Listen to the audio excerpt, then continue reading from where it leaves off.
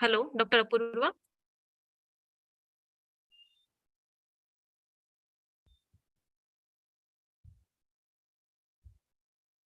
I think there is connectivity issue. Hello, Apurva, are you there?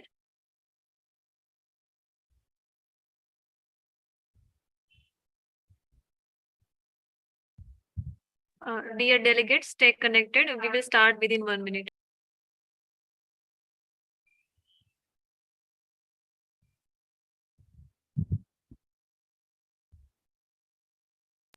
Ma'am, you can unmute yourself now.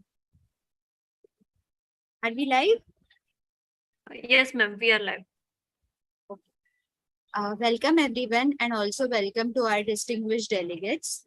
After the discovery of metformin in the year 1922, today in the year 2022, we are celebrating 100 years of metformin. Metformin is not only the mainstay of type 2 diabetes management, but is the first-line drug for treating the disease in many guidelines worldwide. It has also shown promise in a host of conditions in patients with and without diabetes. It is beneficial in PCOS. It provides breast cancer and prostate cancer benefit. It also has anti-aging effects and neuroprotective benefits. So is metformin a wonder drug which has many benefits, or is it a very age-old drug which does not hold its place in the current newer drugs which are available in the market? So is old gold for metformin, or is it not valid? So today we have a CME based on metformin experience sharing by 3 eminent speakers. Today with us are Dr. Suhas Khehre sir, Dr. Sudeep Banerjee sir, and Dr. Vikas Bhattacharjee sir. I will be introducing our eminent speakers. Let me share my screen.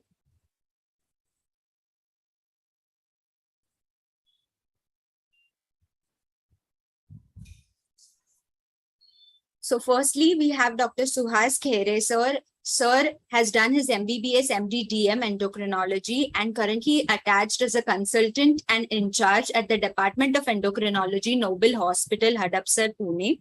Sir is a director at the Harmony Diabetes, Thyroid and Endocrine Center of Khardi. His special areas of interest are thyroid disorders, young diabetes, parathyroid disorders, GDM, and pediatric endocrinology. Sir also has hobbies like traveling and reading. Over to you, sir, for your presentation. I'll stop sharing.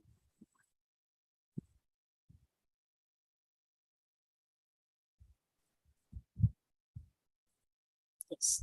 Yeah. So, thank you very much, Dr. Apurva.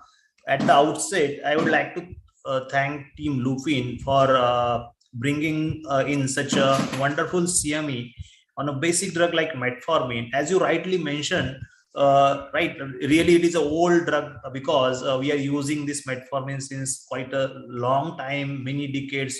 We are using it right from the general practitioner to the super specialist, from all the many specialists they are using. So really is an age-old drug or a wonder drug? We know the metformin has many advantages apart from just the glycemic control. Through the various studies, researches done from the RCTs to the clinical trials, and from the also on the molecular basis of the mechanisms they have tried to find out. So if you what is my job today? So I will be discussing not the glycemic effects of the metformin, but today what is how the metformin is beneficial beyond diabetes. So really it is beneficial in different conditions apart from diabetes, like PCOS, in gestational diabetes, in non-alcoholic fatty liver disease, its role in obesity. Also really it has some promise in cancer treatment and other miscellaneous uses. And I will try to take you through the different trials. Few trials we will discuss, and we will try to find out the evidences for all these assumptions, right? So if you look at go back to the history of the metformin, it is we go to the hundreds of years back, and in the Europe it was used initially as a medicinal herb, and name of that herb was the Gallia officinalis, it was used as a medicinal herb for the urinary tract infection, some digestive ailments. And after that, they have found, scientists found that there is one molecule or component called as guanidine, which has a glucose lowering effect. And that's how the discovery of the metformin and phenformin was done. But after some days, they found that this phenformin has serious side effects, and that's why they fell out of the favor because of this toxicity profile or adverse effect profile, and also the discovery of the insulin at the similar time. But again, metformin was rediscovered decades later in the 1950s, and that time whole of the Europe, they started using the metformin for the blood glucose lowering thing. But still till the 1995, FDA hasn't approved, they have approved only in the 1995 the metformin for the diabetes. So this is a quite interesting history of metformin. We know we have many evidences right from that. From 1995 we have used extensively in the diabetes management. We have enough literature, huge literature for metformin. Also, what is more important now, why we are discussing on this platform today, that really it is a repurposing drug or not, because there are some drugs which is called as, they are called as wonder drugs, because we can use them as for a different elements or different indications, or they are just the breakthrough in the medicinal history. And right, like this, really we have the scope. Do we have the, really we have the scope for the more indication, more and more indication of the, this is a kind of drug really which has a promise that for the repurposing. Also, which is more important thing, this is a very low cost medicine, so it is a quite affordable medicine. The tolerability profile, if we look at the tolerability profile, it is also very, very mild. Most of the times we people tolerate this drug. And also which thing we should not forget, that though we are using this drug very commonly, the mechanism of action is still elusive. Many theories, many mechanisms, we know how the metformin acts, right? It helps in the increasing the insulin sensitivity. It is more commonly used in obese diabetic patient as an insulin sensitizer. It reduces the hepatic glycogen production and glucose production, reduces the gluconeogenesis and activates the AMP-KNS pathway. So all these mechanisms came in, but few mechanisms like how it helps in cancer prevention, how it helps in anti-proliferative effect. So these are the different mechanisms that also coming in picture, right from the molecular level and basic preclinical trials to the now extensive large scale trials also. So in summary, if you look at the metformin's efficacy, safety profile, it has a beneficial cardiovascular profile. That is also very important when we consider any diabetic drug. That should be cardioprotective. That is the FDA's norm now. Also, it has a better metabolic effect. It reduces the triglyceride levels. It helps in improving the good cholesterol, that is HDL cholesterol. It has also capacity to combine with other anti-diabetic drugs and insulin. So that is also great advantage of this metformin. And that's why, no doubt, it is a first-line drug for the diabetes, type 2 diabetes, unless it is contraindicated. And the contraindications are very few. So, but what is metformin beyond diabetes? So we are here, that is the agenda of today's talk. So really how the metformin beyond diabetes, if we think the metformin's indication beyond diabetes, which are the indication, and really they are just on the paper or just on the clinical trials or on the clinically in the clinical practice or real world studies also we are using or not, that is also important. And how the evidence also support this indication, that also we'll go to see in the next few minutes. So if you look at the metformin and PCOS, so again we will try to understand what is basically the PCOS. PCOS is the polycystic ovarian syndrome, and insulin resistance is at the center of this PCOS. So every patient, you take the obese PCOS or you take the lean PCOS, in both PCOS girls or adolescent girls or females, there is underlying insulin resistance, and that's why this thing has explored use of the metformin in the PCOS patients. And that's why also, if you look at the other data, like metformin also helps in ovulation induction in the PCOS. This data also we are going to see one study also. And when we are using metformin, because PCOS also present, it is not just a problem of the infertility and in ovulatory cycle, but it is a metabolic disease. As all we know, it has a risk of developing type 2 diabetes, obstructive sleep apnea, dyslipidemia, and other cardiovascular morbidity.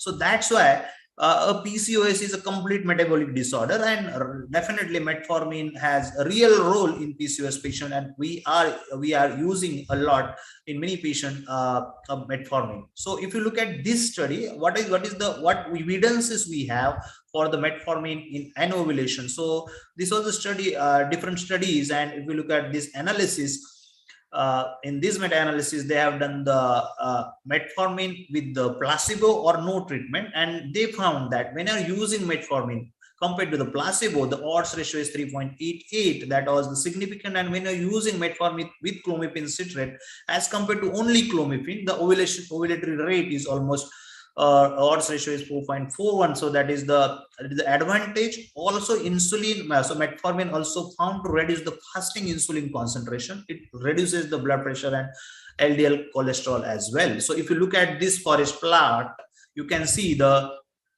so as it favors the treatment, so this forest plus as lateral, it favors the insulin metformin than the no treatment. So these are the all studies, and in the control and the treatment group, and in both we can see it favors the metformin or in all these clinical outcomes. So next thing is the gestational diabetes mellitus. So this is again a very controversial topic where the metformin should be used or should not be used, because as the what we know, knowledge of the GDM, how the GDM develops. So pregnancy after the 20 weeks of gestation, usually there is increase in the insulin resistance till the 34 weeks, and after that there is decrease in the insulin resistance. So obviously this patient develop the impaired glucose intolerance. We do the OGTT and we diagnose this patient and role of metformin. That's why they explored the role of metformin in GDM. And in many patients, what they found that when are using metformin in GDM patient, the requirement of insulin is many times we can obviate the requirement of insulin along with the diet when we use the metformin.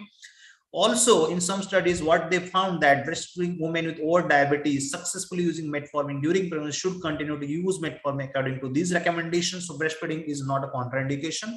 And also, it is more acceptable. Definitely, it is oral therapy, and many times definitely is acceptability among our patients is definitely better than the insulin. And also we have now data for the metformin in the pregnancy, and we have seen no adverse effect, or most of the times it is we are not finding the many adverse effects when you are using the metformin in the diabetic GDM patients basically.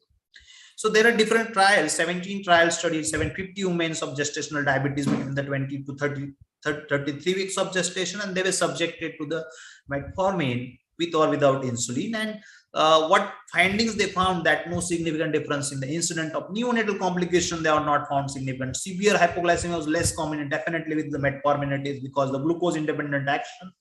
Preterm birth was more in metformin group. That was the one which is not in favor of metformin. Glucose targets were reached sooner in the metformin group, and rates of the maternal hypertensive complication, they were also not a significant different. So it is definitely, we can say it is one of the better option. It is emerged as a safe, acceptable drug in the treatment of diabetes in pregnancy. So we'll go, if we go to the next indication, which is apart from the diabetes, which is non-alcoholic fatty liver disease. So I would not say it is a very different, but it is very related. So whenever one patient comes with a dyslipidemia or a metabolic syndrome, I would say, so whenever a diabetes patient comes, he has most of the components of the metabolic syndrome. They have the cardiovascular risk, they have the fatty liver, they have that is a non-alcoholic fatty liver. And again, the insulin resistance is at the is at the center of, again, NAFLD patients. Also, there is high incidence of vascular complication when diabetes is noted in this NAFLD. So many of the diabetes, our patient, they have NAFLD, underlying NAFLD. And what studies shows that the metformin improves the insulin resistance associated with NAFLD. And again, there is improvement in the liver enzymes, but not the liver histology. This thing needs to be understood, that in all the studies, there is no effect on the liver histology, but there is improvement in the liver enzymes. And in what tonic trial suggested that there was no significant difference between metformin and placebo when examining the histology feature. But again, definitely ALT improvements were there present. Metformin was beneficial in minimizing the increased risk of HCC. So that risk was reduced, and in case control studies also showed there is a decrease in the odds ratio of the developing the HCC. So this was this meta-analysis where they found that the aminotransferase levels, metabolic parameters, and body mass indexes in normal NAFLD, there is a decrease. And this was the 10 RCTs they studied in 459 patients with 12-month follow-up. They did all the metabolic indices like serum fasting glucose, insulin levels, HOMA indices. And what was the conclusion? That the metformin could effectively reduce the serum fasting glucose and insulin levels and HOMA in patients the 6 months, and ALT, and also the HOMA. So all metabolic parameters, as I said, it improves. It improves definitely ALT levels, but again on histology there is no effect. So again, a little bit controversial for direct relation to NAFLD, but definitely metabolic profile improvement we can see with the metformin.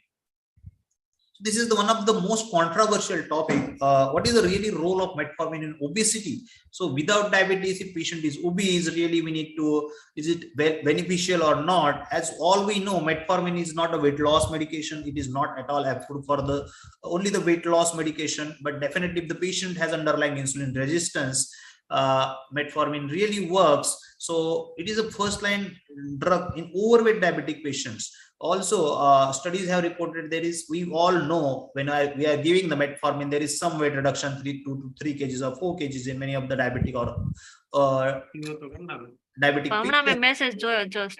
Yeah. So, however, in the absence of insulin resistance or diabetes, it cannot be used as a weight loss agent. Sorry to interrupt you, sir. Arti, please mute yourself. Yes. Okay, sir. So you can continue. So it's like metformin in obesity. It's not just due to the weight loss. It could be due to the anorectic properties that also contribute to the weight loss. So just some mild weight loss happens with metformin, as all we know. And if you look at the studies to support that, when the metformin used in obesity, in the meta-analysis, there is modest reduction in the BMI. That is, if you look at the odds ratio, it is 0.98 and was observed in total population. Also, BMI of the simple obesity was reduced by 1.3 units. And if you look at this forest chart, you can see the simple obesity. These are the different authors they have studied. Also, if you look at the obesity with the PCOS obesity, insulin resistance obesity, and type 2 DM patients also, if they have seen the obesity, there is a modest, or I can say the mild decrease in the weight when using the metformin within the obese patients. In the pediatric age group, also they have done the study. This was the meta-analysis and systemic review. They found that 1 in 4 children with adolescent, they are obese, because as the obesity pandemic is rampant nowadays, it's increasing in a huge rate in the recent times. And what they have found, that they have studied that for 24 RCTs with 1,623 patients, they were half patient on the metformin, that is 861, and half on placebo, and age group was 4 to 19 years. Some patient, out of this 24, 19 were obesity RCTs, 3 were pre-diabetes, and 2 were NFLDs. And daily dose was 1500 to 2 gram. And they studied these 2 parameters, BMI in 7 RCTs and HOMA in 11 RCTs. And they found that if you look at the metformin as a mean change is 0.37 to 0.03, and placebo it is 0.22 to 0.15. So definitely it has a little age as compared to the placebo. And in this forest chart also we can see that it favors the metformin. in HOMA-IR, that is the metabolic index of the for the obesity patients, and on these obese children, what they found again in the using the metformin, definitely the HOMA-IR change is significant.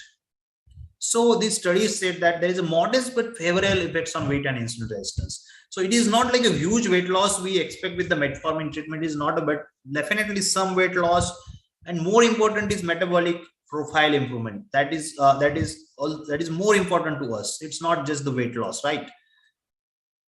So we'll go to the other metabolic effects, right? So metformin effects on adiponectin. Adiponectin is a enzyme, and it is a marker of the insulin sensitivity. So it is inversely related to the insulin resistance. So what they found that this adiponectin levels is a good indicator that the patient has underlying insulin resistance. So what metformin causes, so when they gave the metformin to these patients twice a day, 500 mg for 12 weeks, they significantly raise adiponectin levels compared to the control group. So whatever the metabolic parameter, what is the good marker of the insulin sensitivity marker, that is also improves with the metformin treatment. So that also gives us a more idea that this supports our notion that metformin helps in insulin sensitivity. So this is a novel thing which is now coming up. Really, the metformin is an anti-aging drug. So as I said, here it's a wonder drug, a repurposing drug, a promising drug for the repurposing purpose. So how it is done? So what is the mechanism? How this helps in anti-aging? As all we know, any chronic metabolic state, or there is a low grade inflammation, many of the times you take it a any chronic disease, right, from the obesity to the cardiovascular disease to the cancer, right, and there is a low grade chronic systemic inflammation and anti-proliferative effects also. So in these agents, so there is a role of metformin. We all know there is metformin improves the insulin sensitivity. There is a pathways, it activates the pathway that signals the proliferative capacity. So really this anti-aging is possible or not. The two studies they did, that is a mild study and tame study. So mild was these are the clinical trials, and mild was a metformin and longevity study, and the targeting agent with metformin, that is a tame. They have designed these two trials to assess the potential benefits of the metformin as an anti-aging agent. These are the preliminary analysis, and what they found that this metformin may induce the anti-aging through the transcriptional changes. So they are at the molecular level, transcriptional level. We don't know how it will be in the clinically effective or in the real world, right? But however, it remains controversial that it will be protective in the subjects free of the disease. So again, what was the conclusion? That it is definitely metformin helps in aging by increasing the healthy lifespan. It's not the morbid lifespan, because all we know, when you are using in diabetes also, it helps in reducing the cardiovascular morbidity and other morbidity. It helps in increasing the healthy lifespan. So what we can say, it is due to the anti-hyperglycemic action, or maybe you can say it is due to the indirect action. It's metabolic profiling. That's why it helps in reducing the oxidative stress. All we know, nitric oxide is important. There is vascular dilatation, and NO is very important for the any chronic metabolic state. So here also it helps in the endothelial recovering the endothelial dysfunction and vascular function. So if you look at the cancer and metformin, I think I was talking about that only, anti-aging and cancer. So here also, as I said, it has anti-proliferative effect. More focus came with the prostate cancer studies, because that was a promising results. They found that in the prostate cancer and any other cancer like the colon cancer, prostate cancer, and pancreatic cancer also. So one study they found that in a pancreatic cancer, those patients who received the metformin for a long time, they have very less risk of pancreatic cancer than those patients who received insulin or other SUs and other drugs. So this was also, and how it forms, it affects the expression and phosphorylation and proteins at the cell cycle. It arrests the cell cycle at the G0 and G1 phase in the prostate cancer cells. So this was a study, and this was the analysis. The clinical research came in the beneficial effects of metformin in the cancer prevention. This was the comprehensive review, and what they found that how it actually happens, right? As I said, it reduces the proliferation of cancer cells, and it reduces the likelihood of incidence by the reduces the mortality of cancer, increase the response to treatment in cancer cells when using radiotherapy. So when they are using the radiotherapy, adjuvant radiotherapy, they are increases the response of the cancer cells for dying. They reduces the tumor movement and malignancy, reduces the likelihood of relapse, and reduces the damaging effect of the ADT. So, but see, again, all this is investigational in the very, very preliminary stage. No clinical, I mean, backup at this juncture. So, I think we need to be, we need more trials, we need more data for the more exploration of the metformin in all these cases, right? So again, the same. So this was the again concentrated mortality. What they found. This was study published in the European Journal of Endocrinology, and the sample size is huge. I think 490,000 men and 5 lakh females. They found they were using the metformin, and it was found that they reduced the risk of cancer by 27%. That is a significant risk. Also, they showed there is inverse trend between the use of metformin and the metformin users and the non-users also. So this was a one indication which needs a special mention here. So this was again an investigation also. Really, the metformin helps in male reproductive function. So this was the review came in a Men's Health, and this was the review article published recently. And what they found that they see, as we all know, diabetes complication. Diabetes also causes erectile dysfunction when it is a long-standing, and when patient has erectile dysfunction, it's a marker of underlying cardiovascular disease. So that also one thing, because these patients have endothelial dysfunction. There is atherosclerosis or arteriosclerosis of the vessels of the even the penile vessels, and that's why it is more of a vascular ED in diabetes. I would say a combination of factors, but again a vascular thing also comes in. So what metformin, as all we know, what are the mechanisms and how metformin affects. So what they found that it helps in the arteriogenic ED, but it affects on testicular steroidogenesis, spermatogenesis, definitely controversial, because this is again different area. It may not help in that area, but again some protective effects on testicular injury with increased testosterone synthesis, improvement of sperm quality and quantity, and other concluded the harmful effect. Also, some other putative mechanisms they put forth, like metformin may induce the risk of BPH by inhibiting the IGF-1 pathway. So IGF-1 again is a proliferative enzyme. It is a distal to the growth hormone. So whatever the effects on the tissue level comes to the IGF-1, and by improving the insulin resistance and metabolic syndrome, it helps in the decreasing the prostate cancer risk also. Some of the again investigational things, like in some neurodegenerative diseases, really metformin is helpful in therapeutics or not. So it has been used in Alzheimer's, Parkinson's, and amyotrophic lateral sclerosis with Huntington's disease as well. The mechanisms again postulated that it reduces the oxidative stress and neuroinflammation through the mechanisms that usually uses mitochondria as an energy powerhouse and glucose metabolism. So here also, because of that oxidative reduction, stress reduction, we may get some benefit in all these other neurodegenerative diseases, and it has a potential.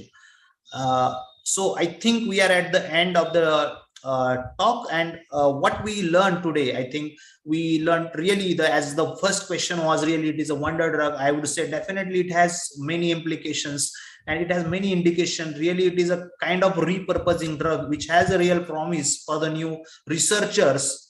So if any molecule needs to be researched more, old molecule, and rediscover new things, this is definitely one candidate, first line candidate, I would say.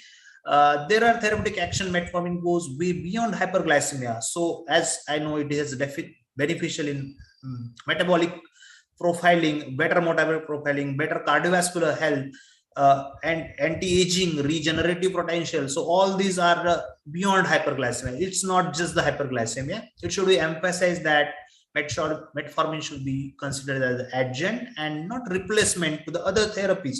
So it's not like that this metformin I'm using like PCOS, so we need to be used multidisciplinary approach or other approaches like weight loss. We need other things like anti-androgen if required, and all other things. So it should be adjunct.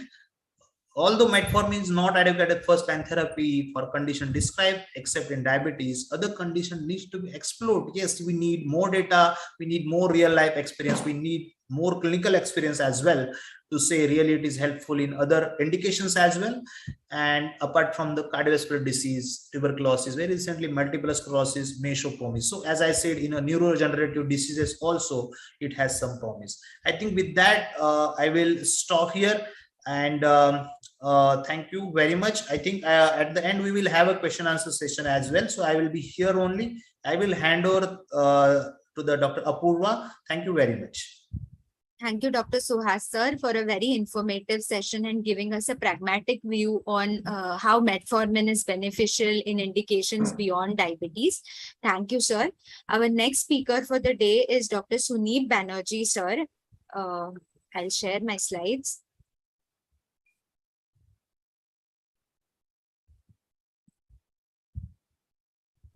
Dr. Suneep Banerjee, sir, has done his MD DM cardiology from PGIM or Chandigarh. Sir is the director as the SG Cardiac Care Kolkata, currently the co-founder of the Kolkata Heart and Lung Center, previously attached with Medica Super Speciality, Fortis Hospital, etc. Sir is the ex-assistant professor of cardiology at the prestigious PGI Chandigarh. Sir has many publications and fellowships to his name. I welcome Sir to the platform and I hand over the platform to him for his talk. Over to you, sir. Thank you. Thank you for inviting me, and whenever you give me some task, I have to read again this subject. So that's the good thing about this presentation. So I am audible? Yes, sir. Okay, fine. So let me share my slides.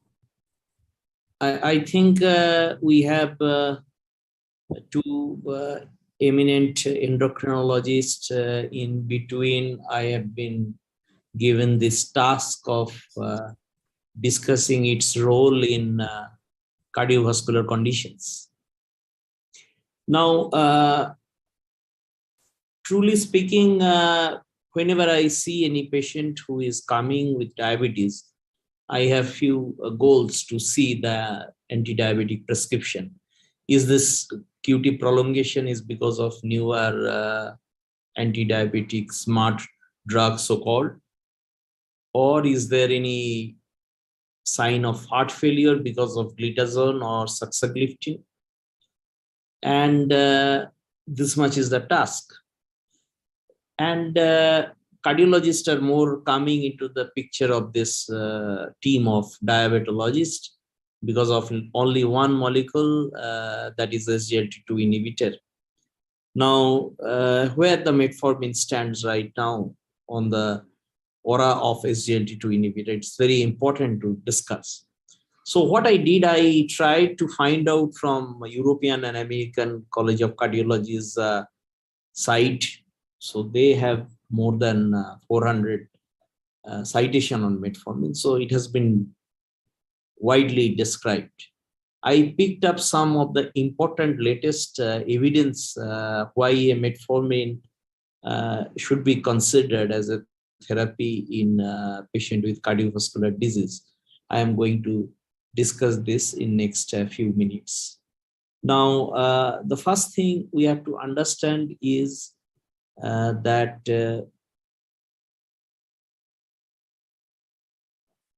we have a plethora of options, and some is discovered by many ways, but metformin really is above other. It's not the promotional slide for metformin. And you need to understand that it has been discovered just a century back by a French physician. It has been pronounced as Jean. So Jean began to study this in humans in 1950s. And there is a good promotional letter to the physician by John Stern that effect of glucophage in controlling the diabetes. So this is really a drug which has a historical value. We have to understand this thing. If we come to this bodies of endocrinologist, diabetologist. It's from one side of the Atlanta or other side, or from Europe or America, whatever we say. They all endorse the use of metformin. So we need to understand this thing. Briefly, why we consider metformin? Because its efficacy is, they say, high. I think it's modest. It's because of the fact that the major mechanism how the metformin works, we are going to come in next few slides from cardiology point of view. But the most important thing is that it is weight neutral, and in some patients you can lose weight, and when you lose weight, actually you get the benefit, and that's the crux of metformin, probably from a cardiovascular point of view. It is a low-cost drug, and that's very important in the country where we are living, and we have presentations from Pune, Kolkata, and Guwahati. All of us have a problem of long-term compliance, and probably here metformin scores over any other drug. And it is not a drug which increases the diabetic kidney disease progression. Obviously, we are not promoting this drug when the eGFR is less than 30 ml per minute per meter square. So we must calculate the GFR, not the creatinine, before we start it. We have some patients who have a tolerance issues because our patients are all tummy sensitive. Potential for beta and B12 deficiency, I have not seen any single case in my career. So maybe the diabetologists have seen. Now, what is the cardiovascular effect of metformin? Let's see. One is that it actually can counterbalance the reversal of endothelial dysfunction, and it can actually ameliorate the metabolic stress. The most important thing is it increases the glucose utilization. At the same time, it decreases the glucose synthesis from the liver, and that's the most important effect, which makes it unlikely to produce hypoglycemia until and unless patient is critically ill. And the chances of lactic acidosis is also, it's theoretical until and unless, I have again not seen any patient with, after receiving contrast who is on metformin developed a lactic acidosis. So these are definitely, I am not saying that this cannot happen, but these are rare.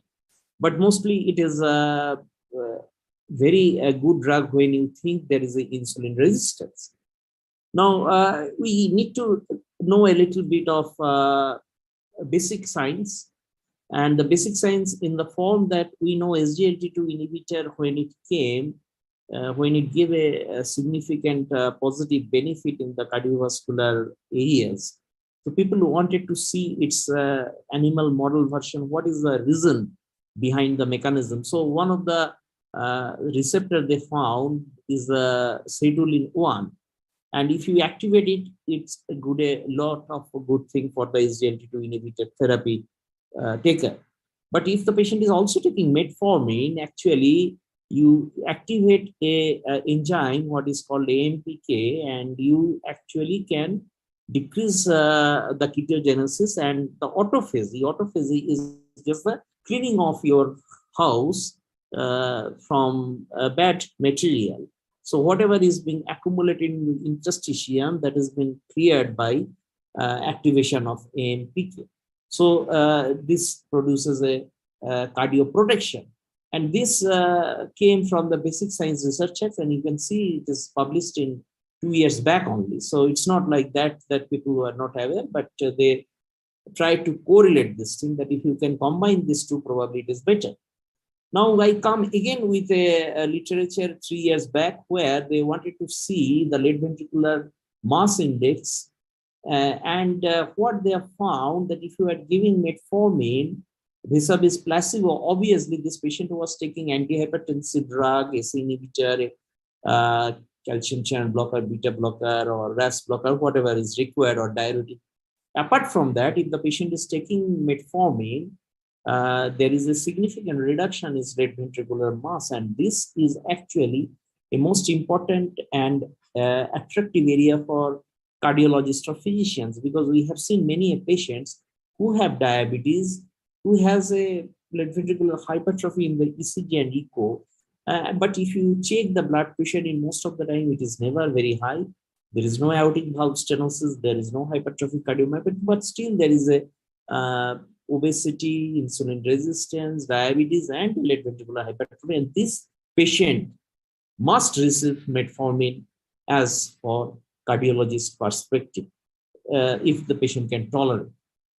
And in the last slides of its mechanism of action, so it has a positive effect on this AMPK, and which actually is some important thing.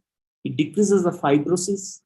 It decreases the myocardial ketone body metabolism, and decreases cardiac hypertrophy and left ventricular fibrosis. It increases the synthesis of endogenous nitric oxide synthesis. So that is important. Nitric oxide is good, but if you don't give it exogenously, what you give for treatment of angina, it just gives a symptomatic relief, but doesn't give any survival benefit.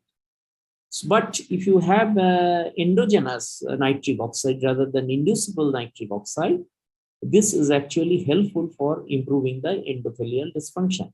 And this is typically the reason how the cardiac patients or diabetic patients who are taking this medicine, they have a lower heart failure and cardiovascular morbidity, mortality, what I am going to show you in next couple of slides. This is a nutshell. So it has a metabolic factor. We have seen how it is controlling the glucose without the risk of hypoglycemia. It has a hemodynamic effect on the form of reducing the oxidative stress. And also it decreases the body weight and decreases the adipose tissue. And who can maintain actually a healthy lifestyle when taking metformin, they are the person who are most beneficial with this drug. So when we say metformin failure, if the patient has been started very early in the diabetes detection, it's probably the patient's compliance or is an issue, or the patient doesn't have insulin resistance. That's why he is not responding. I think my endocrinologist colleague will agree with this proposition. The argument then came in this fourth way that robust evidence for metformin in ASCVD benefit is lacking because it has been not prospectively studied in any trial. And metformin add to drug burden and number of times of drug taken for drug is increased. And it can produce definitely vitamin B12 deficiency. Again, I am saying this is probably very less in clinical scenarios. And again, the patient who has a end organ damage in the form of advanced DKD, diabetic kidney disease, probably we are not going to use it. And the another problem is this rewind trial where they have given dulaglutide, a GLP analog, and there is two arms where there is taking metformin, another was taking only dulaglutide. And they found that there is no difference in cardiovascular outcome in this subgroup of patients. And this is the reason why in recent era, metformin has taken a back seat. But we need to understand simultaneously the other thing. Again, you see a trial which has been published just 4 years back in US European Heart Journal. They have given this patient who have insulin resistant, but not diabetes, but LVH. And if you see the outcome or the survival is the best in patients who have insulin resistant, no diabetic treatment, but who are taking metformin. But the moment they had to take a diabetic medicine, anti-diabetic, their mortality or survival lessens. That is definitely the more bad is the diabetes control. You cannot do anything. So it is not the fault of metformin, it's the problem of the disease itself. So legacy of metformin is an important thing. And what you can see that it produces reduction in myocardial infarction and all-cause mortality in the metformin group. It is definitely an early intervention is most important. So if you think that metformin is going to work in a patient who has already a target organ damage in some form of retinopathy, some form of albuminuria, the data is lacking. But if you start early, probably 10 years follow-up, you see a legacy effect of metformin, which has been described from the database of UKPDS in this Lancet. Now, cardiologists feel 2 years back. This is the status of the metformin. So it should be used in patient with moderate risk. Who are the moderate risk? Remember, no diabetic patient who have 10 years of diabetes are at low risk. So if a duration of diabetes is 10 years, they fall into a moderate risk. And they don't have any other risk factors. So they definitely can be started with a metformin. But the moment the increase of risk profile, very high to high single risk factor, definitely then you have to think about the newer molecule. Obviously, SGLT2 we are using all, but GLP and analog is definitely is still not that in use. Probably the diabetologist or the person who can address these issues more clearly. But the purpose of showing this factor is, again, if you start metformin early in your patients, it is actually good. And these patients who is not a cardiac patient now is going to be a cardiac patient in future. With this thing in mind, initiate metformin as a first line of therapy. It is a class 2A indication. Now, probably this is to be taken into account, but there is nothing wrong. Class 2A doesn't mean that you are not going to use it. Obviously, you are not going to use it in patient who is very lean and thin. In UKPDS and all these trial, they have control diet sulfonylurea along with the comparator, that is the metformin, and they have found a significant benefit, significant cardiovascular outcome benefit. Now, the last said thing is that this is an editorial which has been published in recently, and this is a very good statement that we cardiologists previously suggested many in the diabetes field that we have a sentimental loyalty to metformin, such a old drug, such a cheap drug, such a uniquely accepted drug, we should use it. Certainly, it remains a good first-line choice for patients with early to type 2 diabetes without any evidence of end organ damage and a low cardiovascular risk, as it is low cost and global availability. Weight benefits, lower risk of hypoglycemia, and excellent glycemic effects make it a good choice for many. So as a cardiologist, I will limit myself to this extent only. I cannot tell you that if you give metformin, your patient is going to have a low risk of repeat hospitalization of heart failure, hospitalization like the SGLT2 inhibitor is there in patients who have a high risk. But if you don't have much of a risk, it's good, must continue, must start with metformin and should continue it because it decreases left ventricular hypertrophy, it decreases overall mortality, and also it decreases the chances of future heart failure. Thank you. Thank you, sir, for a very interesting and informative talk. If there are any questions to be answered by the speakers, please put them in the chat box so that they can be taken at the end of the session. So we'll move to the third speaker of the day.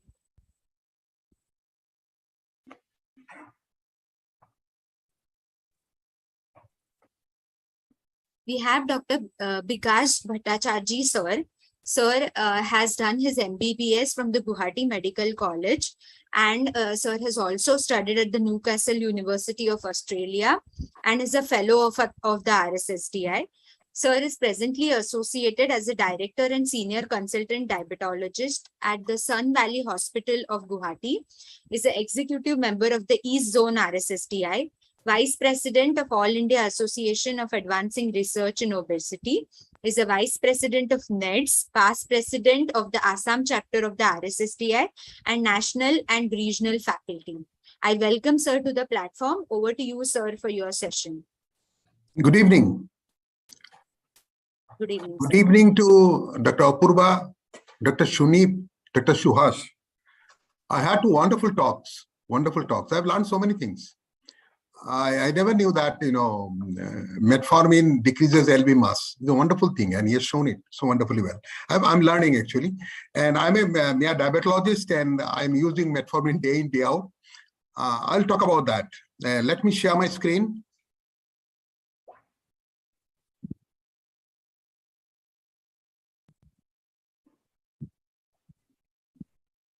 Is it visible?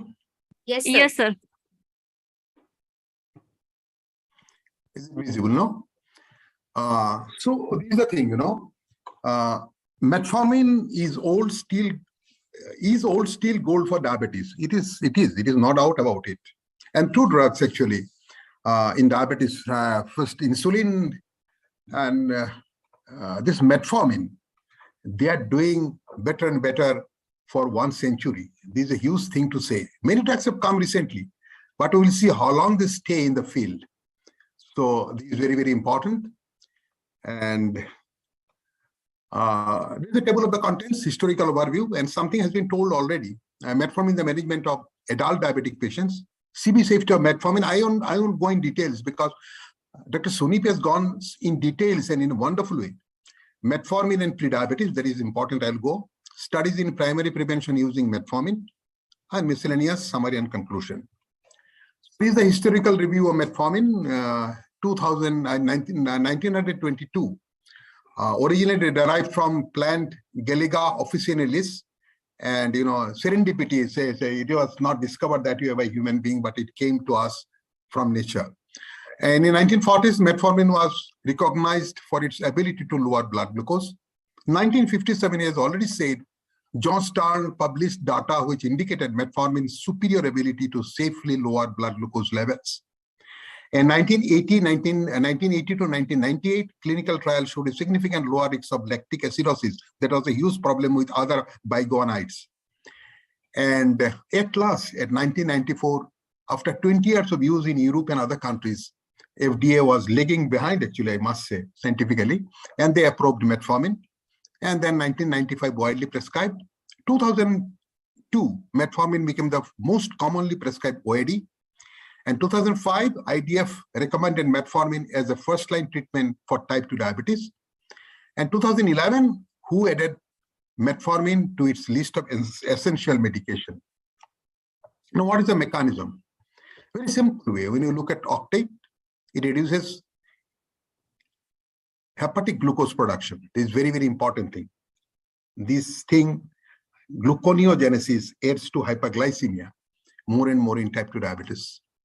And also it does good thing to adipose tissue and decreases lipolysis. And very importantly, it reduces insulin resistance in the muscles and so increases glucose uptake. So this is the basic thing that happens with metformin. When you look at it, metformin, all these are one thing, I think many things we know about it, AMPK pathway we know for a long time actually. But this thing has come new thing, not long back, that metformin alters the gut microbiome, increasing GLP-1 secretion and improving glucose homeostasis. I think it does a great lot of good things about metformin.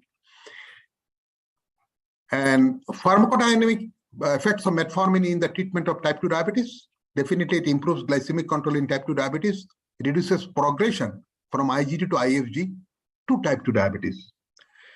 That is important. And insulin resistance, mainly it is insulin resistance, counters insulin resistance by several insulin dependent and insulin independent action that reduce hepatic glucose output, improve peripheral glucose utilization, increases intestinal anaerobic glucose metabolism, and assist endothelial function.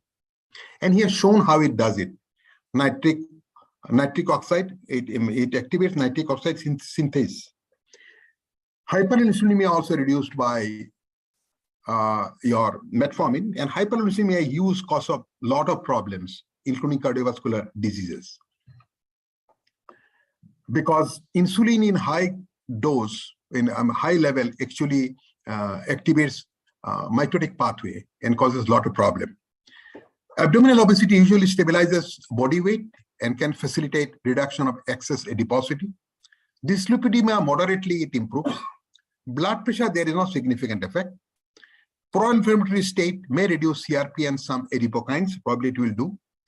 And pro-coagulative state also, it decreases PI1, fibrinogen, and platelet aggregation, and improve capillary perfusion. Atherosclerosis, reduce myocardial infarction and increase survival in type 2 diabetes, reduce carotid intima media thickness, and reduce level of additional molecules. Other evidences of atherogenic activity, mostly from animal studies. So it does a lot of good things, and it has been already told by Dr. Shunip. Metformin, the management of diabetic patients, there is my, and all the, all the guidelines all over the world, American Diabetic Association, ASE, EASD, Canadian Diabetic Association, our RSHDI. I'm in Chennai now to attend its annual conference. All have recommended glucose lowering for its glucose lowering effects. Relatively low cost, he has already mentioned, low level of side effects, other than, gestational side effect, and we know the contraindication below 30 EGFR, and absence of weight gain. This is very, very important thing, absence of weight gain. I may not call it, many people may not call it, it reduces weight, but it's a weight neutral by no means, for all means. And, increasing weight is becoming a huge problem in type 2 diabetes. 3/4 of the population are actually overweight or obese. It was 2/3, now 3/4. And increasing even 1 kilogram is a huge problem for many reasons, including cardiovascular disease. Metformin in combination therapy, that is very, very important. We know about monotherapy, but currently in combination with insulin, and not only secretagogue, on DPP-4 inhibitor, SGLT2 inhibitors, and name anything, GLP-1 receptor agonist or oral peptides, whatever comes, it gives a wonderful result. And along with that, it can bring down HbA1c to the extent of 1.5% to 2.2%. And that is very, very important. Monotherapy is very, very important, but combination therapy is very, very important because, diabetes treatment is, there is, after Defronzo, that ominacective, we know that it is not only lowering HbA1c, but different pathological defects should be taken care of. And metformin in pregnancy. Metformin is known to cross the placenta, and concerns regarding potential adverse effect on both the mother and the fetus have limited its use in pregnancy. That was a long time we were thinking about it. The use of metformin during pregnancy is still a matter of controversy. But 2 meta-analyses of observational studies of women using metformin and or sulfonylurea, and one of women using metformin alone, one group of using metformin alone during the first trimester did not show an increase in congenital malformation or neonatal deaths. But I tell you, we try to avoid metformin during first trimester. That is very, very important. Metformin used in childhood and adolescents, along with obesity and everything, onset of diabetes is becoming more and more in the lower age group. In European countries, it is 50, we have got 40, now it is coming to 30, 20, and even in the adolescent period, we are getting a lot of type 2 diabetes. Type 1 is already there. There is type 2 diabetes. So type 2 diabetes mellitus has dramatically increased in children and adolescents worldwide. There are few studies of metformin use in the pediatric population. And metformin caused significant decrease in fasting blood glucose, HbA1c, weight, and total cholesterol. Frequently reported adverse events were there: abdominal pain, diarrhea, nausea, vomiting, as usual, and headaches. No cases of clinical hypoglycemia was noted, and lactic acidosis also was very less, or clinically significant changes of physical examination. So it is a good drug for adolescents especially, and it is used after 12 years of age. And probably this is a very important drug in the type 2 diabetes, very young type 2 diabetes. Type 2 diabetes in adolescent and childhood is a very good drug. Only then, this drug is approved in India, and only insulin is approved. No other drug is approved. What about CV safety of metformin? I won't go in detail. Already, Dr. Shunip has given a very wonderful, in-depth understanding about this. But then again, I'll mention, because this again, a golden study, Wikipedia study, some 342 people got it, and they showed a wonderful result. They were overweight, I tell you again, and there was a wonderful outcome. Metformin reduced MI by 39%, coronary death by 50%, and stroke by 41% over a median period of 10.7 years in newly diagnosed overweight patient with type 2 diabetes without previous CVD. So it's a wonderful primary prevention. Again, it is a wonderful primary prevention.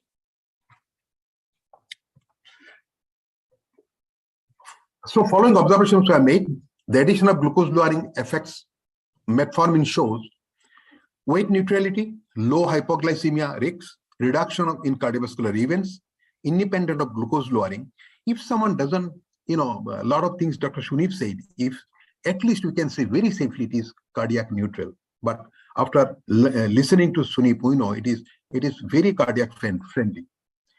It improves survival, and that may not be only for cardiovascular thing. It has got very good, it has got good effect. It reduces cancer risks and many other things. Aging, it reduces already, Dr. Shuhas has said, anti-aging drug. Potentially advantageous effects of the drug on the macro and macrovascular complications. And in a 10-year follow-up with EquiPDS, and that is a wonderful thing about EquiPDS, in 2008 showed a continued cardiovascular benefit of early use of the drug. And Dr. Shunip has said that it should be, that's why it is a first-line drug. It should be given very early. Some drug in diabetes should be given very early, and they give good result. And it may not be the thing, but then again, I'm talking about the Paglar is a wonderful drug. It should be given early. It is not a late drug. And metformin definitely should be given early. It reduces MI and increased survival when the study was extended for a further 8 to 10 years. So that is a legacy effect. Wonderful. And there is a lot of meta-analysis, but I won't go to things. I will go to just look at RCTs only. Lamana et al. And it shows that cardiovascular benefit of metformin was only demonstrated versus placebo. No therapy, but not in active comparator trials. So whatever, there was no cardiovascular risks there.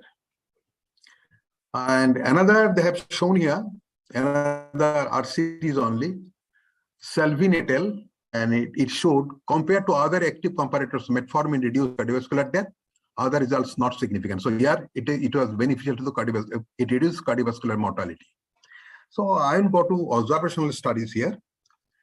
Now, metformin and pre-diabetes, this is very, very important. Can we bring back those people who are pre-diabetic to the normal people without diabetes? They may make it healthy. That is the point. So we know that normal glucose tolerance, what is the thing actually? From this study, we know that especially the study I will mention is the National Health and Nutrition Examination Study of the United States. NES3, there is 38% of people with IFG, IGT, or IFG plus IGT. So it's a huge population. And again, NHNES 2005 has shown around same thing, 36%. So we'll say in our country, all over the world, it is around 40% people are actually pre-diabetic. Now, causal link between genetic and environmental risk factors, we all know that pathogenesis of type 2 diabetes, and it is always genetic risk factors and environmental risk factors, they act together. And it is known very well that, genes loads the bullet and environment pulls the trigger. So bullet is already there in gene. And when we talk about genetics, it is not only about the classical genetics, it is about the epigenetic, and that is very important thing happening. Throughout our life from our mother's womb, there is continuous change in our gene, not in the amino acid sequences, but on top of it, there is epigenetic changes, and that is heritable. So that's why I say at many places I have said, disease progresses in geometric progression, whereas we progress in arithmetic progression, so we can never catch it. We have to do something about it. And there is, of course, insulin resistance, beta cell dysfunction, always there. But beta cell dysfunction is very important for type 2 diabetes because, without beta cell dysfunction, diabetes cannot happen, whatever insulin resistance you have got. And when you look at genetically also, genetical association is more with beta cell dysfunction, very less with insulin resistance. And of course, the environmental factors are many, and here mentioned weight gain and physical activity, but we know many things, sleep deprivation, and many things are there. Mental depression, many things are actually risk factor for type 2 diabetes. Now, we know about pre-diabetes progression. There is insulin resistance, then impaired glucose tolerance, plasma insulin levels are elevated, and then beta cell compensatory hyperinsulinemia is there, and gradually beta cell fails, and there is beta cell insufficiency, and there is over diabetes. and there is high risk of damage to the macrovasculature. What is the management of prediabetes? Lifestyle modification involving healthy dietary habits, regular physical activity have been shown to aid in prevention of diabetes. And there is pharmacological agents also. But that is very, very important, that epigenetic changes, we can little bit reverse it if we put little effort with the dietary habits, regular physical activity.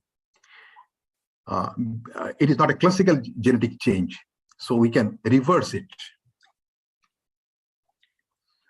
Effects of metformin and lifestyle on total and LDL-C, low density lipids, cholesterol in prediabetes. We can say there is definitely some lowering of total cholesterol and LDL-C there, and but it is most to it lifestyle. So lifestyle modification is very, very important. Metformin prediabetes, ADA 2022 endorsement is there. And metformin for prevention of type 2 diabetes should be considered in adults with prediabetes, especially age at 25 to 59. But for our country, it will be much lesser actually. We get diabetes much earlier now. And BMI more than 35 kilo. But then we know in our cutoff point, we become obese at the BMI of 25 kilo, 25 kg per meter square. So our cutoff point is much lower, not like American or other Caucasians. And higher fasting plasma glucose, there is definitely same, more than 110. Higher A1C, more than 6%. And women with prior gestational diabetes mellitus. So it is very, very important. We can prevent type 2 diabetes in women with prior gestational diabetes if we use metformin. There is a very good use of metformin. All the guidelines, these are have now there is no question about it. It is metformin is the first line of treatment, and metformin is the drug for prediabetes when it has to be used. If there is any drug can be used safely for prediabetes, prevention of diabetes from prediabetes, it is the metformin definitely. And there are some studies with acarbose also. Studies in primary prevention using metformin. And this is interesting. There is a study called Big Pro. Investigated if metformin in combination with lifestyle modification could modify metabolic abnormalities associated with insulin resistance in persons without diabetes, but with central adiposity. So that is very, very important. And people with central adiposity are very much prone to all metabolic decompensation. The results of this combination approach showed significant weight loss, better maintenance of fasting blood glucose, total and HDL cholesterol levels also was significantly, was reduced, a greater decrease of fasting plasma insulin concentration. So two things come down, there is very significant. Three things, there is weight loss, there is better maintenance of fasting blood glucose, it doesn't go high, and there is decrease in fasting plasma insulin concentration. And this is a sign of actually insulin resistance. When it goes down, fasting plasma insulin goes down. This was an early observation that suggested that metformin would be a suitable candidate for long-term intervention treatment for the prevention of diabetes. Now, this is the famous Dbp study, and it showed that metformin reduced diabetes incidence by 31% compared with placebo. Diabetes prevention study. And you can see that here, metformin did wonderfully well, but the best was lifestyle. So again, although I'm talking about metformin, we think we cannot ignore lifestyle. Lifestyle intervention is very, very important. It reduced relative risk reduction is 50% compared to metformin 31%. So metformin is good, but lifestyle intervention, if you can combine, it will be better. But that may not be correct for Asian population. We'll see later on.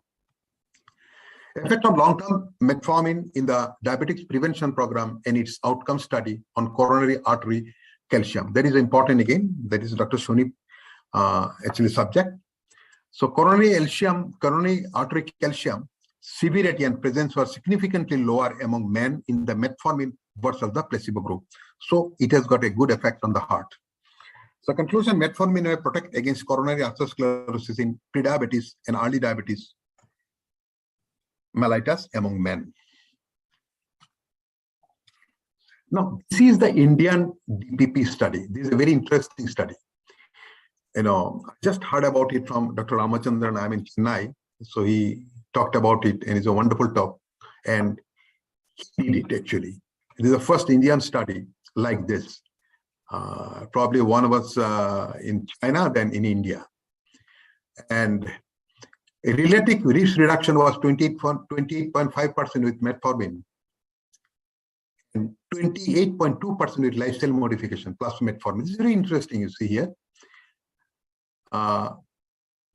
With lifestyle modification, it was 28.5%.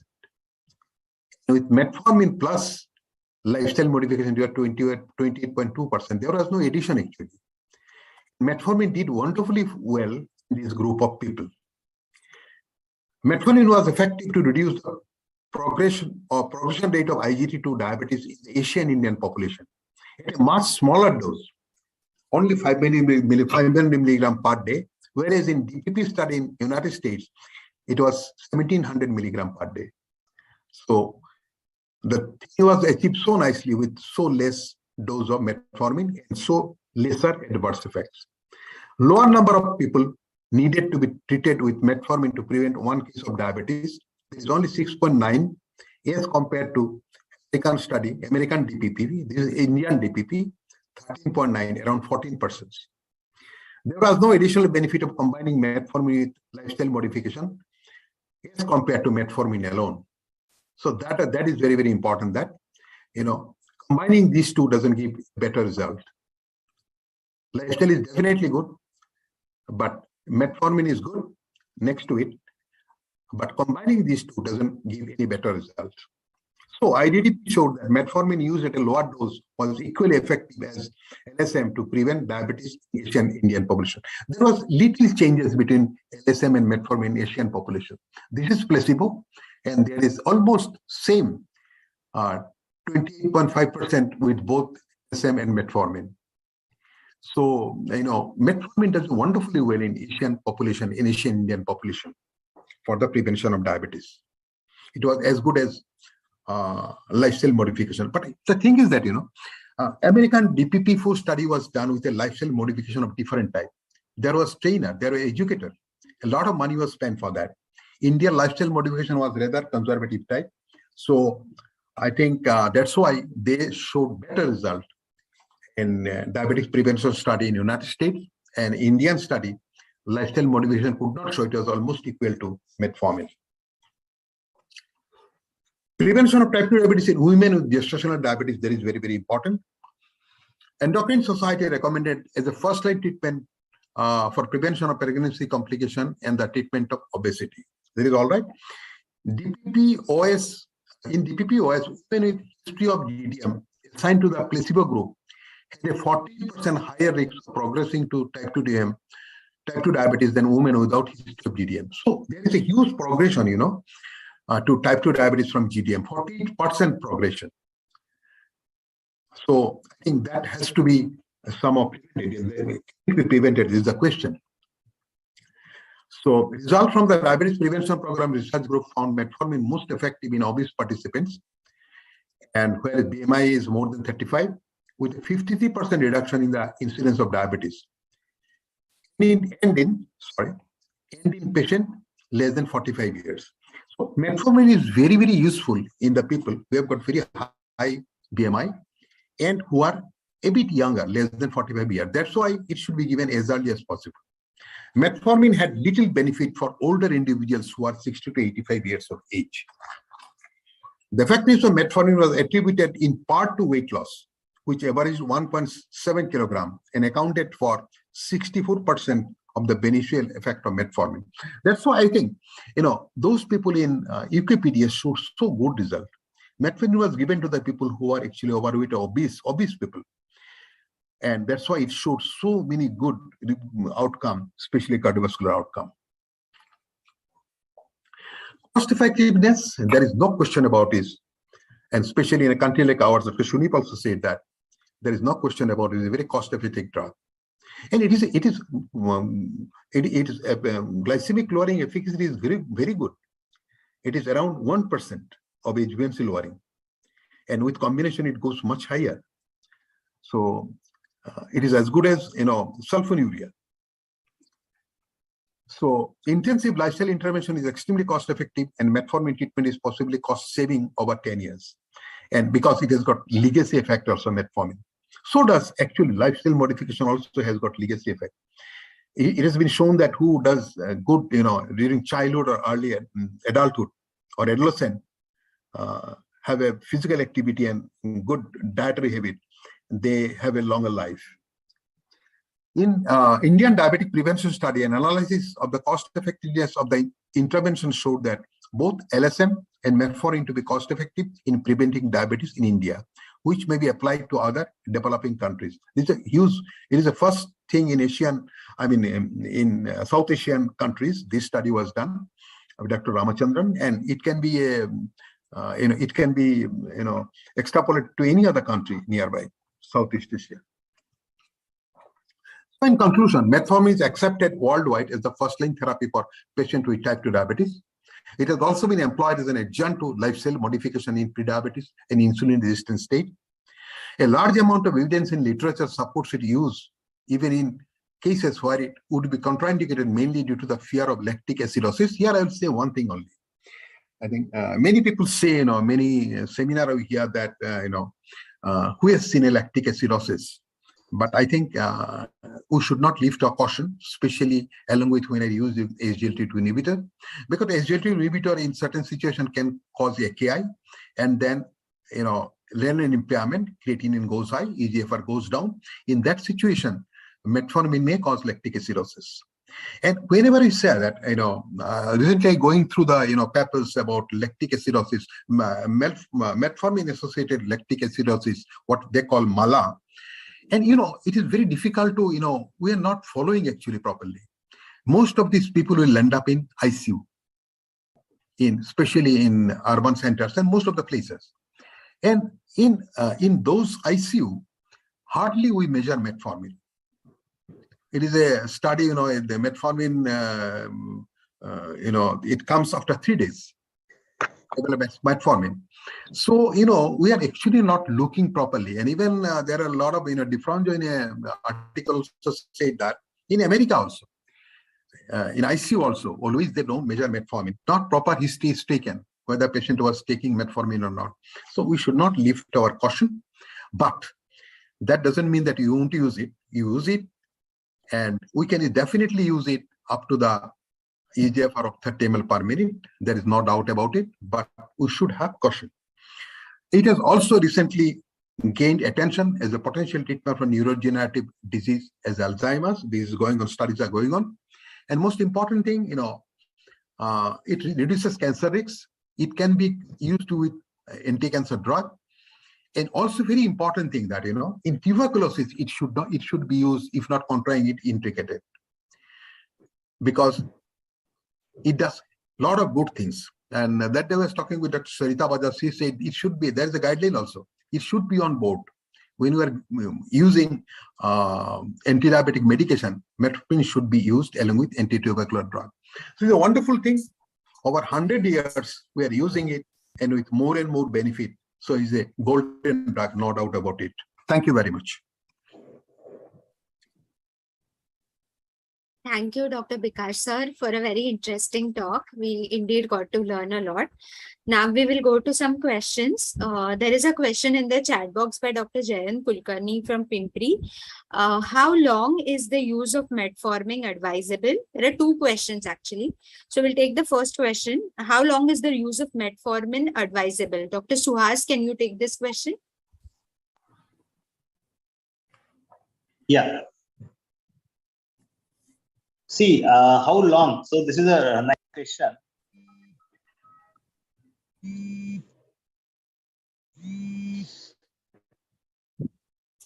I think sir is disconnected. Sir, can you hear me?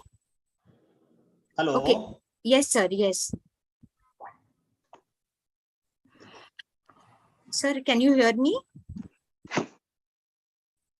Okay, Dr. Bikash, if you can comment on the same. till sir gets The answer is very simple, as long as possible. Actually, Yes. it can be used as long as possible. It's a wonderful drug. There is Yes. no reason actually it should be, stopped for any reason like that. When, there is contraindication tablets or there is, EGFR goes down like that, And a wonderful thing about, it is a problem with, metformin level increases with renal impairment. But those people, kidney guidelines, KDQI guidelines, they say it is so good for kidney also. So that it should be used as long as possible and definitely up to 30 ml. So as long as possible, there's a simple answer. It's such a good drug. Yeah, this is the answer to the first Thank question. you, sir. There is also one more question which is very interesting. Is there weaning of OHAs for lifetime punishment? Is there? So, sir, is there weaning of OHAs for lifetime punishment? I do not get the question. So if somebody can comment on that. Weaning, I could not get it properly. I think Dr. I Suhas? Yeah, Dr. Shunip. Yeah, no, I was just trying to understand what Dr. Kulkarni is asking. Probably one beautiful learning from today's discussion by Dr. Bhattacharya is even if you can give 500 milligram, it works. So punishment is for patients who are taking 1.5 or 2 gram and having a lot of GI side effect. So probably that's a punishment. Definitely we are not going to look into it. But just don't throw it in the garbage because the plethora of effect from these two stalwarts of endocrinology who mostly discussed about the even the non-diabetic beneficial effect of this molecule. So that is probably he wanted to make. Yes, sir. Absolutely. We can do better with lower doses and do with lower side effects. Wonderfully well, Dr. Shunip. One thing, both of you, I am asking that in clinical practice, is a sustained release metformin worth so far as GI symptom is concerned? Yes, sir. My experience goes, I think there is not a very beautiful study about it, but just to compare that immediate release and sustained release. Many studies are done with immediate release also, but I definitely think our real world experience is better with sustained release. And it is good also, I tell you why. Sustained release is long time in, we want something to remain long time in the intestine. Gradually goes out, and that increases GLP-1 level. And difference, I had an article on that. Even they are trying to do that. It actually upper gut, it bypasses upper gut. It remains in the lower gut. And there'll be more. Actually, one of the main important thing, the MPK pathway and everything is fine. But one thing is definitely increases GLP-1 to a significant extent. Thank you. Sorry, I am back. Yes, sir. Welcome. The question was, I think, how long to be used, right? And yes. I got disconnected. So I think as long as we can use, there is no limit, I feel. Okay. So if there is no contraindication, definitely we can use for a long time. It's not like there is some a time frame where we should use for 10 years, 20 years. It's not like that. Okay. So I think that's it. And I think second question, as Dr. Sir asked about the SR preparation and immediate release preparation. As we know, like real world experience or a clinical practice also, as we see, sustained release, definitely they are better when the patient is not tolerating. And I second with the opinion of Dr. Vikas that yes, it is definitely better than the routine plain metformin. Yes. Thank you, sir. Thank you for all the responses. Another question from my side is the recently released ADA EASD guidelines. They are recommending the GLP-1 RAs and the SGLT2 inhibitors before metformin in patients with comorbidities especially. So what is your opinion on the same? So can these drugs be used before metformin in diabetics with comorbidities? So Dr. Suhas, you can go first, followed by the... I think this, thank you for this. This is the most commonly asked question nowadays in every CME, right? Because see, as guidelines changes as time, as we have seen the evolution of how guidelines changes, if any new drug comes in, really they try to promote the drug, right? So really it is, see, we usually believes in evidence-based medicine, and we see evidences as well as per the clinical practice. But as far as the legacy, as everyone explained, how the metformin is, how the beneficial, what are the different beneficial of it, is not just the glycemic effect, but the all pleiotropic effects, as we are seeing, right, from the metabolic performance. So as of now, as per my opinion, I would definitely not place metformin before the SGLT2 and GLP-1. Definitely, maybe I may add on with metformin with SGLT2 if patient has a real risk of cardiovascular risk, or the ejection fraction is less or low ejection fraction. This kind of patient, maybe I will use maybe along with metformin, but not before metformin, these two drugs. That is my take. Thank you, sir. Dr. Suneep, sir, your opinion on the same? No, I think I should learn from Dr. Suhas and Dr. Pcos. I should not comment. I actually also eager to listen from them. But Okay.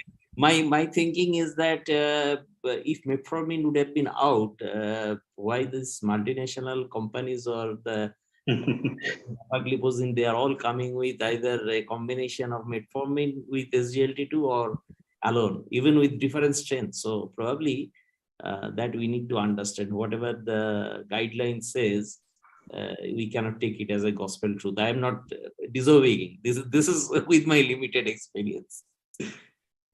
Thank you, sir. Dr. Pcos, sir, your opinion on the same? I think already Dr. Suhas has said what I said, but I'll just add to it only. You know, Yes. there are some posturing with ACCs, posturing, aggressive posturing, very good, yeah. Posturing is good. But then why deprive people, if it is not contraindicated, not tolerated metformin, this is a different issue altogether. Why deprive the benefit of metformin? Of course, patient is come with, heart failure or reduced ejection fraction and other things, renal impairment, will give SGLT2 inhibitor from the beginning. But why not give a 500 milligram metformin along with that? What's the wrong about it? What wrong it is causing? If it is not contraindicated, nothing wrong with it. So I think it should remain as the first line, especially in India, because it has been shown in that Indian Dbp study. Only 500 milligram does so many good things. It has an anti-aging property, it has got anti-cancer property, and sort of lot of things. So I don't think we'll become so aggressive. We'll use SGLT2 inhibitor or GLP-1 receptor agonist with established cardiovascular disease and all GLP-1, SGLT2 and heart failure will give it. And of course we'll give it, but then we'll give metformin also. If tolerated, at least 500 milligram will start. Then we'll see what happens.